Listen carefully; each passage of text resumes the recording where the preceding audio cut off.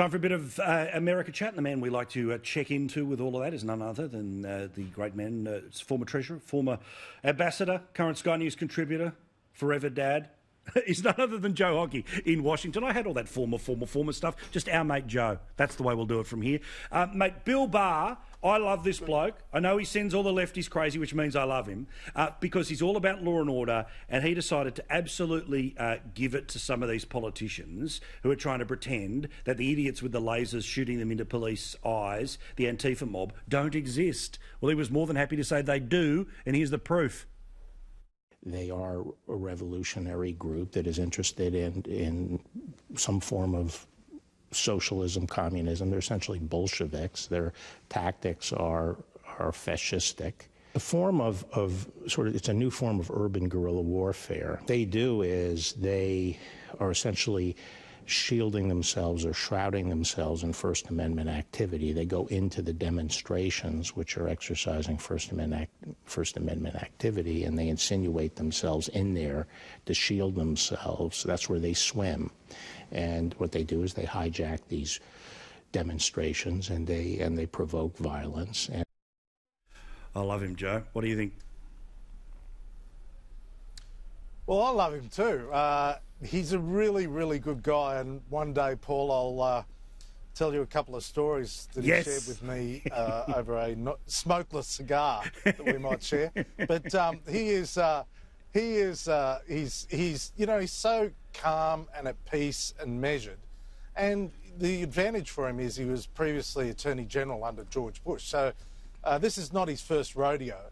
And he has seen a deterioration in parts of the American community reflected in a rising movement known as Antifa. And it is a movement because it's like trying to get your hands around a balloon of liquid.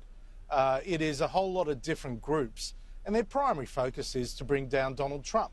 And so there are many, many forces within it, but they are continuing to resort to violence. In fact, only yesterday I noticed riding up near the Capitol building that the Teamsters, the feared Teamsters Union, which is the truck drivers of, Jimmy Hoffa fame, they have a huge building just near the Capitol, and the building is still boarded up with huge wooden partitions. And I thought to myself, even the Teamsters are worried about the violence from the angry left at the moment.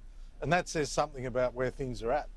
Well, and of course, because the Teamsters aren't allowed to leave their house, depending on where they are, they can't defend it. And of course, if they do, and that's sort of the perfect storm for where this stuff runs at the moment. COVID's about to hit 5 million cases in the United States. The stimulus fight is what is happening right now. The president essentially says he's going to try and go out on his own. Again, I'm not entirely sure that the president has the ability to hand money out or to cut taxes. Surely these are the things Congress does. But, I mean, how is this latest version of a fight? Obviously, the Democrats are going to say, if it's a bin fire, it's Trump's fault. But presumably Trump trying to offer a solution is actually going to cut through to some people. Well, he has to do something. There are 23 million Americans who are in the process of being evicted from their homes. The moratorium ended. Almost the entire population of Australia equivalent being evicted from their homes in the United States. And there is still widespread unemployment here. The dilemma that everyone has, which the Republicans in Congress are trying to deal with, because they primarily represent the South and the Midwest, where wages are lower, and the payments from the government to date have been higher and the benefits better than actually going to work.